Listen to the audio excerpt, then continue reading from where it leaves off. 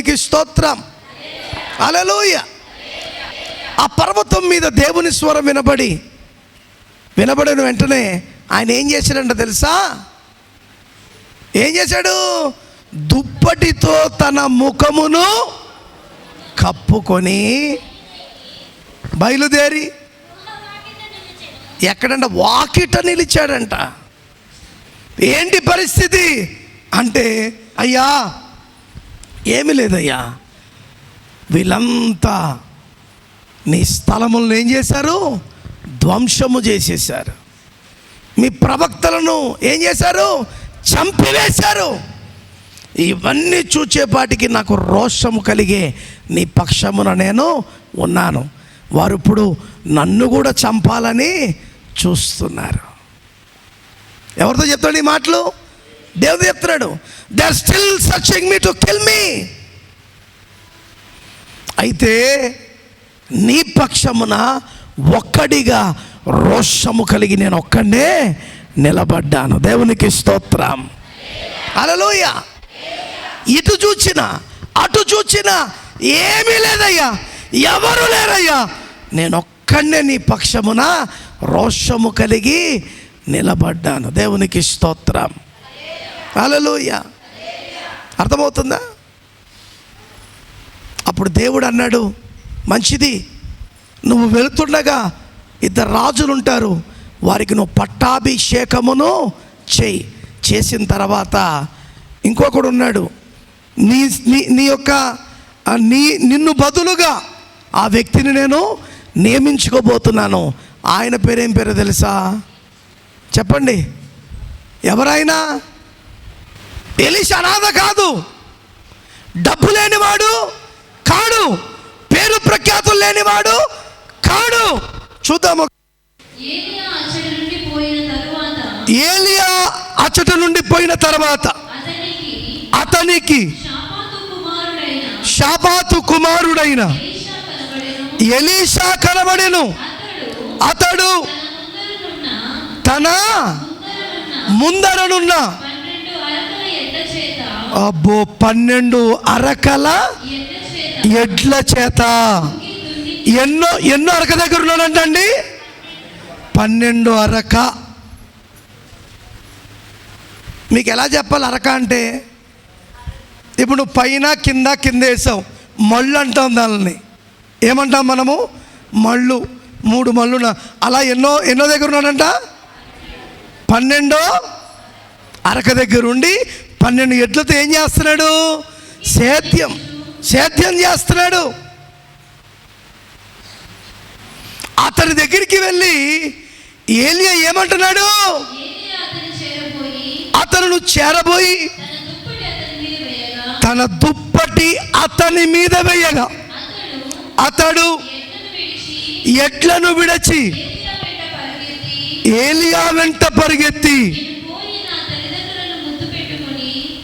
ఇప్పుడు అక్కడ మాట మాట్లాడుతున్నాడు, నా తర్వాత నియమిస్తున్నది నిన్నే, ఈ స్వరము నేను దేవుని దగ్గర నుండి విన్నాను. వెంటనే ఏం చేశాడంట? దుప్పటి వేసేపాటికి ఏం చేశాడు? ఇప్పుడు నాకు ఇంకా వయసు కాలేదు సార్, నాకు ఇంకా చెప్పండి, నాకు ఇంకా వయసు కాలేదండి, నేను ఇంకా అనుభవించవలసింది చాలా ఉంది, ఈ ఆస్తి ఎకరాలన్నీ కూడా నావే, నేను ఎలాగొస్తానండి అని అన్నాడా? మనమైతే చెప్పండి పురుషులు, మనమైతే నీతో మాట్లాడిన దేవుడు నాతో మాట్లాడినప్పుడు చూద్దాంలే, ఏంటి? అవునా కదండి? నీతో మాట్లాడిన దేవుడు నాతో మాట్లాడినప్పుడు చూద్దాంలే, అప్పుడు రాపో అని అంటాం మనమైతే. ఇంకా ఎగతాలు ఏం చేస్తామో తెలుసా? ఈయనకే వినబడిందంట. ఎవరి స్వరం? దేవుని స్వరం. ఏమేమి వినలేమేంటి, మాతో మాట్లాడలేడేంటి, ఈయనతోనే అంటారా లేదా లోకంలో?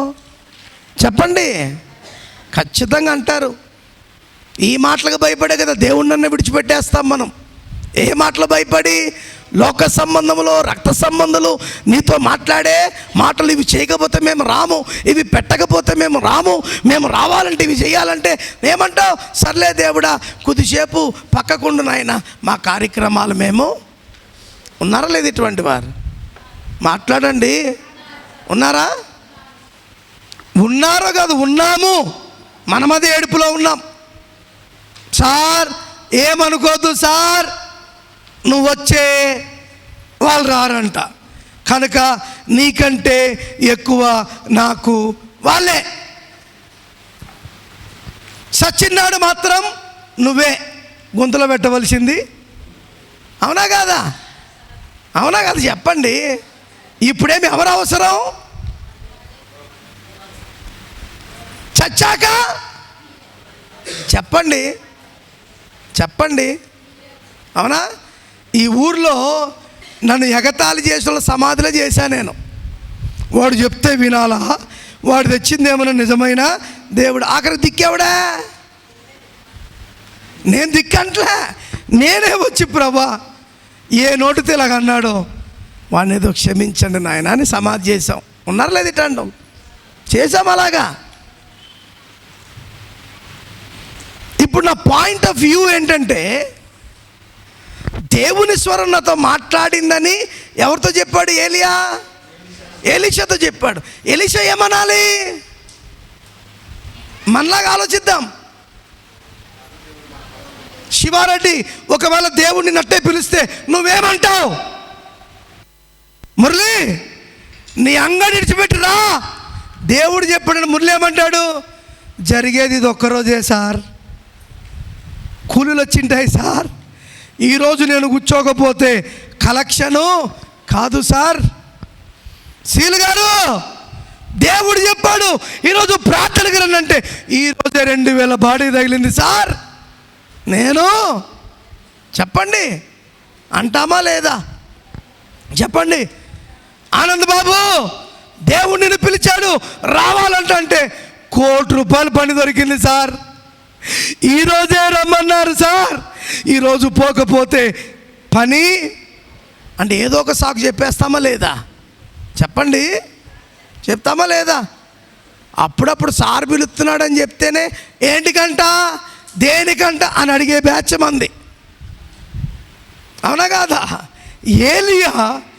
ఎలీషాతో ఈ మాట మాట్లాడితే ఎలీషా ఏం చేశాడు తెలుసా? అయ్యా ఒక్క నిమిషం ఉండనని పరిగెత్తుకుంటూ వెళ్ళిపోయి తండ్రి దగ్గరికి వెళ్ళి ముద్దు పెట్టుకుని, తల్లి దగ్గరికి వెళ్ళి ముద్దు పెట్టుకుని, అమ్మా నేను వెళ్ళిపోతున్నాను. ఏంటి అక్కడ మరి ఎందుకు దాన్ని విడదీసి రాయలేదో తెలియదు కానీ వారు ఏడ్చిండరా? చెప్పండి, ఏడ్చిండరా? నాయనా ఎన్ని కలలు పెట్టుకున్నాం నాయనా, నీకు పెళ్లి చేయాలనుకున్నాం, మీ మేనత్త కూతురు రెడీగా ఉంది, నువ్వు ఇంత ఆస్తిపరుడవు, యాడికి పోతావు? ఏడ్చిండ్రా.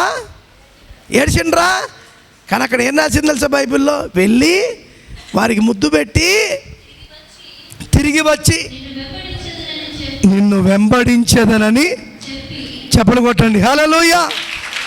ఇంకా దేవుని పిలుపు కంటే మించిన పిలుపు ఈ లోకములో ఏది లేదు అని ఎరిగిన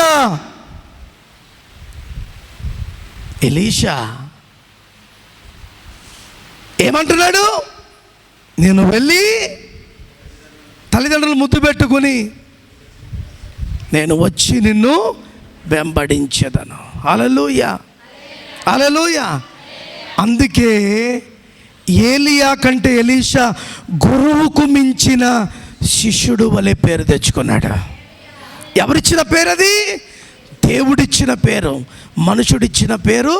మనిషికి రోజు డబ్బు పెరిగిపోయి అహంకారం పెరిగిపోతే ఎవరితో ఏమి మాట్లాడుతున్నామో కూడా కన్ను మిన్ను ఆనదు. మనం చాలా జాగ్రత్తగా ఉండాలి. మన వయస్సును బట్టి మనం చాలా జాగ్రత్తగా ఎవరితో మాట్లాడుతున్నాం, ఎందుకు మాట్లాడుతున్నామో మనం చాలా జాగ్రత్తగా చూసుకుంటూ ఉండవలసిన అవసరత ఉంది. దేవునికి స్తోత్రం.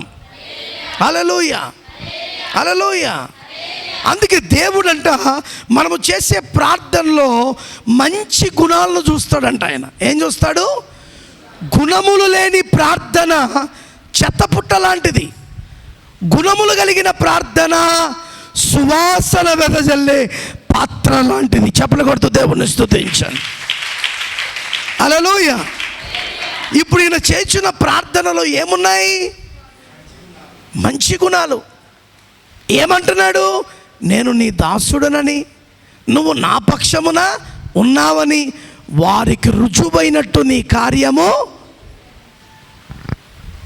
మన మాత ఎలా మాట్లాడుతాం తెలుసా?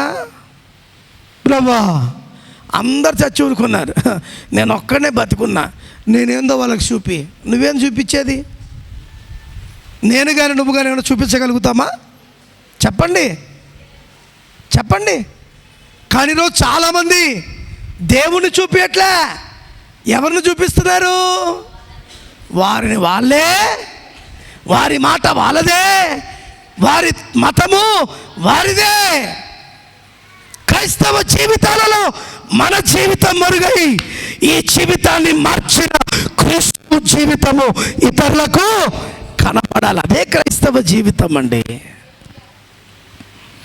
ప్రేమ గురించి చెప్తున్నా, నాకు ప్రేమ లేదనుకో. బుద్ధి గురించి చెప్తున్నా, నాకు బుద్ధి లేదనుకో. దేవుడు హర్షిస్తాడా? చెప్పండి. దేవుడు ఇష్టపడతాడా? చెప్పండి. మాట్లాడండి. అటువంటి వాని మాటలు ఎట్టుండే అంటే, మేరా జాన్ కావో పీవో సోజావ్, నా ప్రాణమా తిను తాగు సుఖించన్నట్టుంటుంది. మనం అలాగ ఉండకూడదు. ఆనంద్ గారు ఎలా ఉండాలి మనం? నా ప్రాణమా యెహోవాను సన్నుతించుము, నా అంతరంగమున సమస్తమా ఆయన పరిశుద్ధ నామమును సన్నుతించుము, ఆయన చేసిన ఉపకారములను దేనిని. దేవునికి స్తోత్రం. నిత్యము మన ప్రాణాలకు మనం ఏం చేసుకోవాలా? జాగ్రత్తను. ఏ ప్రాణమా, నువ్వు నాలో ఉన్నావంటే కారణం ఎవరు? కారణం ఎవరు? దేవుడు. అందుకే 4 విషయాలు చెప్పి ముగిచ్చేస్తాను నేను. ఎందుకు ఏలియా గారి జీవితంలో అన్ని అద్భుతాలు జరిగాయంటే, నెంబర్ 1 ఏంటో తెలుసా? ఆయన కళ్ళు నిత్యము ఆకాశం వైపే పెట్టేవాడంట. గుర్తుపెట్టుకోండి. ఏంటి?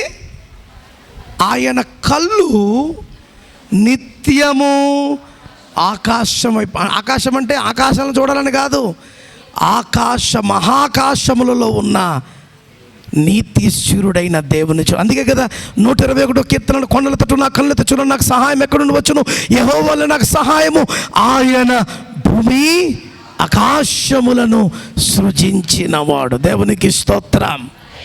హల్లెలూయా. మొట్టమొదటి గుణం ఏంటి? నిత్యము. చెప్పండి పురుషులు, నిత్యము అంటే దీని అర్థం నిత్యము దేవుని మీదే ఆధారపడ్డాం. మనము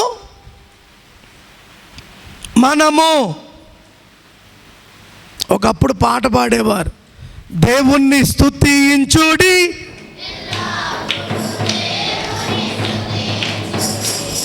ఇప్పుడు దేవుణ్ణి స్తుతించుడి అప్పుడప్పుడు.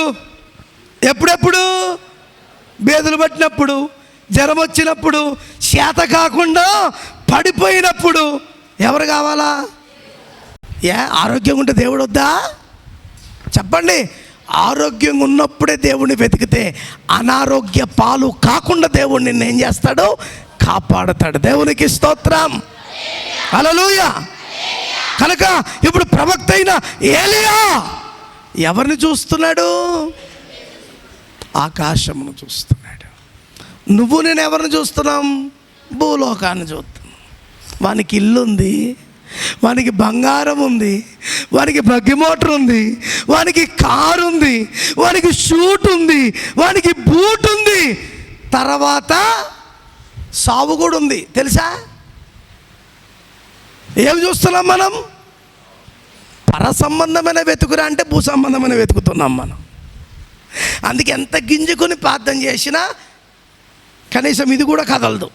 అది నువ్వు ప్రార్థన చేసే ప్రార్థన చోటు కూడా కదలదు. మొన్న వచ్చిందంట భూకంపం వరంగల్లో, నిజామాబాద్లో. అర్థమైందా? అపార్ట్మెంట్లో నుంచి జనాలు ఏమయ్యారంట, భూకంపం వస్తే కింద భూమి ఏం కాదేటి, మళ్ళీ అపార్ట్మెంట్ నుంచి పరుగును వచ్చి ఎక్కడ పరిగెత్తినా భూమి, అది భూకంపం అనేది పరలోకంలో రాదు, ఎక్కడొస్తుంది? ప్రాణాలంటే భయం. అప్పుడు గుర్తుకొచ్చింటారు దేవుళ్ళు, ఎంతమంది ప్రార్థన చెప్పవా దేవుడా దేవుడా. దొంగ ప్రార్థనలు కాదు ఇవి, అవునా కాదా చెప్పండి. ఇప్పుడు ఏలియా గారు పర్వతం మీదకి ఎక్కిన తర్వాత ఎన్ని జరిగాయి ఇక్కడ? 5. ఏంటది? బలమైన గాలి. బలమైన గాలి అంటే మామూలు గాలి అనుకుంటున్నావా? ఎటువంటి గాలి? నాలాంటి వాడు కూడా లేపి అవతలేసే. చెప్పండి, మీరు ఎప్పుడన్నా గాలి తుఫాన్లు వచ్చినప్పుడు ఎంతో బలంగా వేసిన రేకులు కూడా ఏమైపోతాయి తెలుసా? అందుకంటారు గాలి దాటికి ఏది కూడా నిలబడలేదు. యోబు భక్తుని జీవితంలో జరిగిన కార్యాల్లో ఒకడు పరిగెత్తుకుంటూ వచ్చేయమంటాడు, అరణ్యములో నుండి పెద్ద గాలి రాగా. అర్థమవుతుంది? ఆ గాలికి నిలబడే శక్తి ఎవరికి? దాన్ని గద్దింపగలిగిన వాడు దేవుడు ఒక్కడే. అందుకే వాటిని గద్దింపగా అవి మిక్కిలి నిమ్మలమైపోయాయి. అది ఆయనకే సాధ్యం, ఇంకెవ్వరికి సాధ్యము లేదు. కనుక మొట్టమొదటి గుణం ఏంటో తెలుసా? ఆయన వైపు చూచడం. హల్లెలూయా. ఆకాశం వైపు చూస్తున్నా నాకు ఆధారం,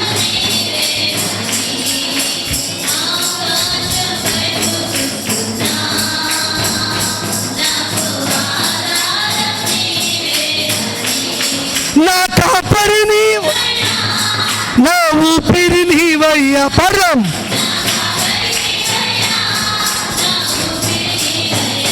యేసయ్యా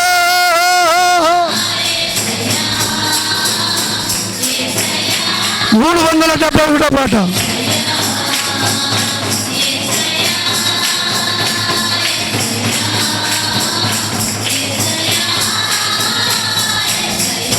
హల్లెలూయా. దేని వైపు చూడాలా? ఏమంటున్నాడు భక్తుడు? ఆకాశం వైపు చూస్తున్నా నాకు. ఏలియా గారికి ఆధారం ఎవరో తెలుసా? దేవుడే. మరి ఆయనకు ఆధారమైన వాడు మనకు కూడా ఆధారమా కాదా? కనుక నిత్యము మనము కూడా ఎవరు చూడాలి? రెండో గుణము ఏలియా గారి దగ్గర ఉన్నది ఏంటి తెలుసా?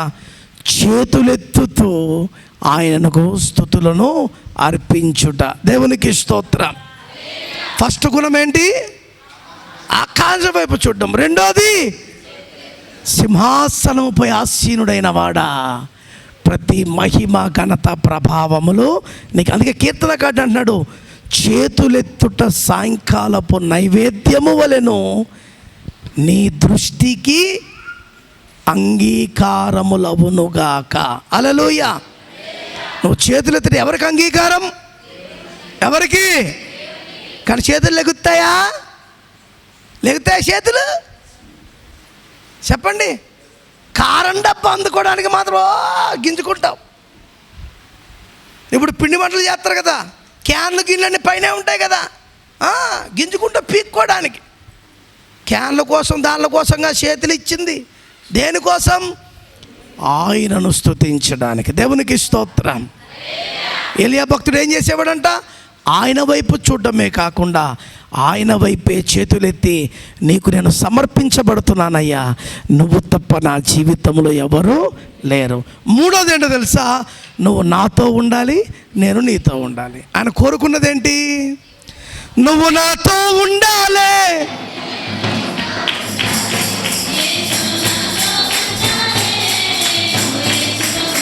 హల్లెలూయా. ఏంటి? మూడోది ఏం కోరుకుంటున్నాడు? నువ్వు నాతో ఉండాలి, నేను నిత్యము నీతో. అలా ఉన్నాడు గనుకే వెళ్ళిన చోటంతా జయమును దేవుడు ఏలియా గారికి ఇచ్చాడు. దేవునికి స్తోత్రం. హల్లెలూయా. నాలుగోది ఏంటో తెలుసా? నేను ఎక్కడికి వెళ్ళిన ఏ క్షణమైనా నీ అద్భుతాలను నేను చూడాలి. నాలుగోది ఏంటి చెప్పండి? నీ అద్భుతాలను నేను చూడాలి. అది రాత్రి, పగల, మధ్యాహ్నమా, సాయంకాలమా అనేది నాకు తెలియదు. నీ నామమున నేను ఎక్కడికి వెళ్తున్నానో అక్కడ ఏం జరగాలి? అద్భుతాలు జరగాలి. దేవునికి స్తోత్రం. ఫస్ట్, 2, 3 నువ్వు నాతో, 4 నేను ఎక్కడికి వెళ్ళినా నువ్వే అద్భుతమును చేయాలి. ఈరోజు నువ్వు ఒక కాపరివైనా, ఒక విశ్వాసివైనా అర్థం చేసుకోవాల్సిన విషయం, నీ సంబంధము దేవునితో ఎలాగా ఉంది? How is your relationship with God? ఏలియా భక్తుడు కలిగిన సంబంధాన్ని కనుక మనం కలిగి ఉంటే దేవుడు ఇంకొక 4 ఆశీర్వాదాలు మన మీదకి ఇస్తాడంట. ఏంటి? దేవుడు చూడండి, ఎప్పుడు ఊరికే తీసుకునేవాడే కాదు, నువ్వు ఇచ్చిన దానికంటే రెట్టింపు ప్రతిఫలమును ఇచ్చేవాడు దేవుడు. చెప్పలు కొట్టండి, హల్లెలూయా.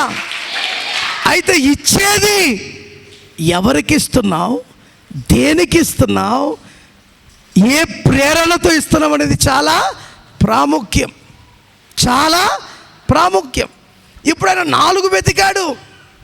ఈరోజు నీవు నేను కూడా వెతకగలిగితే, అలా నువ్వు వెతికిన నీకు 4 ఆశీర్వాదాలు దేవుడు ఇవ్వబోతున్నాడు. నెంబర్ 1 ఏంటో తెలుసా?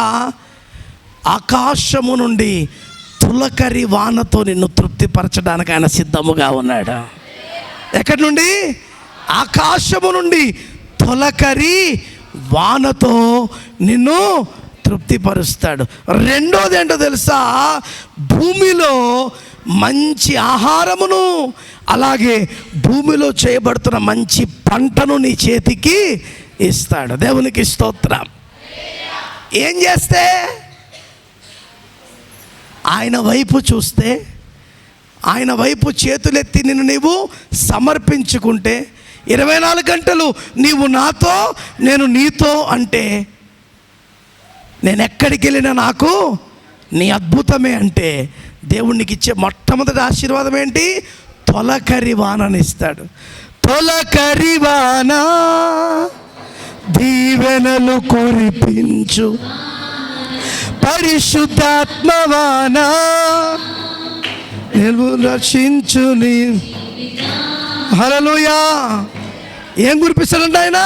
తొలకరి వాన.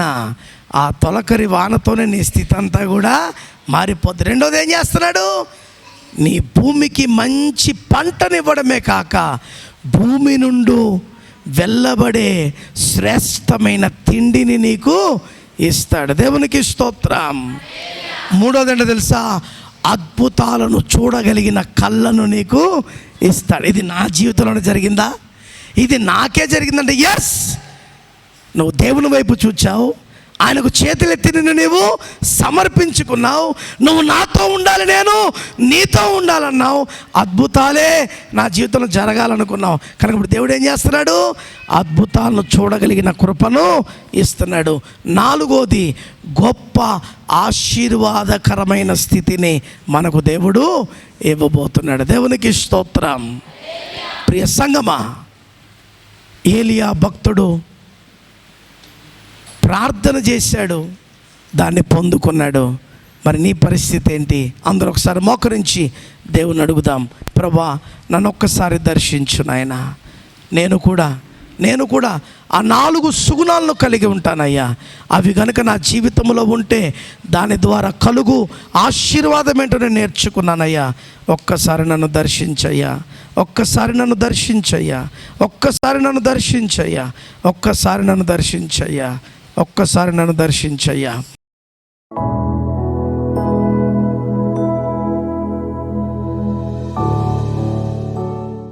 పరిశుద్ధుడా, నీ పాదములకు స్తోత్రము నాయన. వినబడిన ప్రతి మాటను బట్టి నేను స్తుతిస్తున్నా. ప్రతి మాట మా జీవితాల్లో గొప్ప ఫలభరితముగా ఉండే కృపా శక్తిని మీరు దయచేసి నడిపించమని, గొప్ప మేలులతో ఆశీర్వాదాలతో మేము నీ కొరకు తయారయ్యే కృప దయచేయమని యేసు పరిశుద్ధ నామములో అడుగుచున్నాము తండ్రి. ఆమేన్. God bless you.